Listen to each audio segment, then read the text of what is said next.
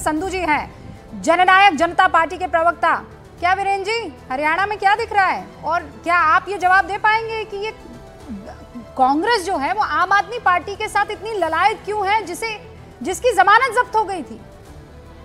देखिए रुबिका जी, सबसे पहले तो मैं ये बताऊंगा कि भारतीय जनता पार्टी के हरियाणा में काफी बुरे हालात हैं कि उनको मुख्यमंत्री बदलना पड़ा। अब मुख्यमंत्री को सीट बदलनी पड़ रही, और सीट बदलने के साथ साथ आप देखिए जो एक दिन पहले आके 5 आदमी 6 आदमी ज्वाइन करते हैं, अगले दिन उनको सीट टिकट दे दी जाती है। और ऐसे ऐसे आदमी को टिकट दी जा रही है। ये आपस की ईगो की लड़ाई, इनकी दिल्ली की लड़ाई में जो पर्चियों से मुख्यमंत्री निकालते हैं। तो एक बात आज मैं आपके चैनल के माध्यम से बताना चाहता हूँ, आप भी ये बाद में आपको पता भी लग जाएगा कि भारतीय जनता पार्टी का ये हरियाणा में अंतिम चुनाव है।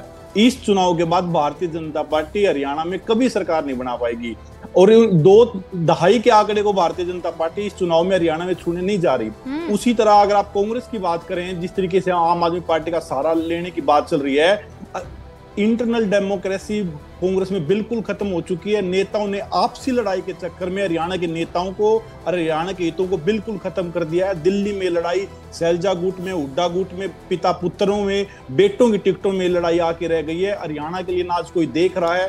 जननायक जनता पार्टी जो हरियाणा के लिए लड़ती थी, वही एक मुख्य विपक्षी दल और सत्ता दल की भूमिका इस चुनाव के बाद हरियाणा के लिए निभाएगा। संधू जी, आप तो ऐसे हालात बता रहे हैं कि अब जननायक जनता पार्टी का ही अब अगला सीएम होने वाला है। मैं ये नहीं कह रहा कि जननायक जनता पार्टी का हरियाणा सीएम होने वाला है, लेकिन मैं ये जरूर कह रहा हूं कि जननायक जनता पार्टी ही हरियाणा का भविष्य है। क्योंकि इन दोनों पार्टियां, जो पार्टियां पर्ची से मुख्यमंत्री निकालती हैं, जो दिल्ली से जो मुख्यमंत्री सेट करके भेजती हैं, जिनका जो एक मिनट में मुख्यमंत्री बदलती हैं, इन पार्टियों का हरियाणा में कोई भविष्य नहीं है। वीरेंद्र जी, तो आप ये कह रहे हैं कि आपका भविष्य है, भविष्य मतलब आप जो है इनमें से किसी एक को सपोर्ट करेंगे?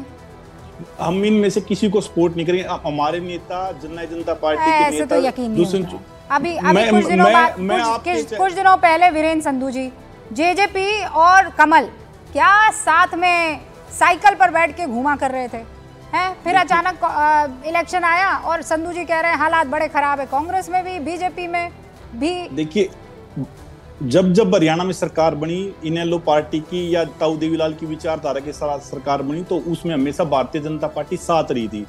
हम हमेशा कांग्रेस के खिलाफ रहे थे। उन्हीं बातों को ध्यान में रखते हुए हम भारतीय जनता पार्टी के साथ आए थे। लेकिन जिस तरीके से इन्होंने हरियाणा में सरकारें चलाई, जिस तरीके के हरियाणा के हितों की इन्होंने अनदेखी की, हरियाणा को जिस बेरोजगारी के, हरियाणा को सबसे किस राज्य की तक इन्होंने आगू भेज दिया है, और जिस तरीके से पार्टी का बिल्कुल लोकतंत्र खत्म करके दिल्ली से जो तानाशाही इनकी चल रही है, उससे हरियाणा के लोग इतने नाराज हैं। और हमने तो इस बात का वादा कर दिया है, दुष्यंत जी ने लिखा है कि हम भारतीय जनता पार्टी के साथ कभी भी भविष्य में सरकार नहीं बनाएंगे। है मतलब ये बातें समझने में देखिए भाई 4.5 साल लग गए हर्षवर्धन जी, वीरेंद्र संधू जी को 4.5 साल नहीं लगे। अरे लगी गए 4.5 साल, आप समझते 4.5 साल लग गए आपको कि पार्टी से कुछ ना हो पा रहा है हरियाणा में।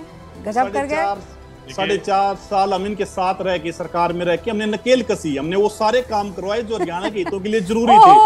हरियाणा में सरकार किसी की भी, सिस्टम आपका बिल्कुल। मैं आपको काम गिनवाऊंगा, आप सुनिए। दुष्यंत चौटाला जी पंचायत के मंत्री थे, उन्होंने पंचायतों में 50% महिलाओं के लिए हरियाणा के बड़ी रोचक बात है, क्लियर हो गया। एक बड़ी रोचक बात बस संधू जी,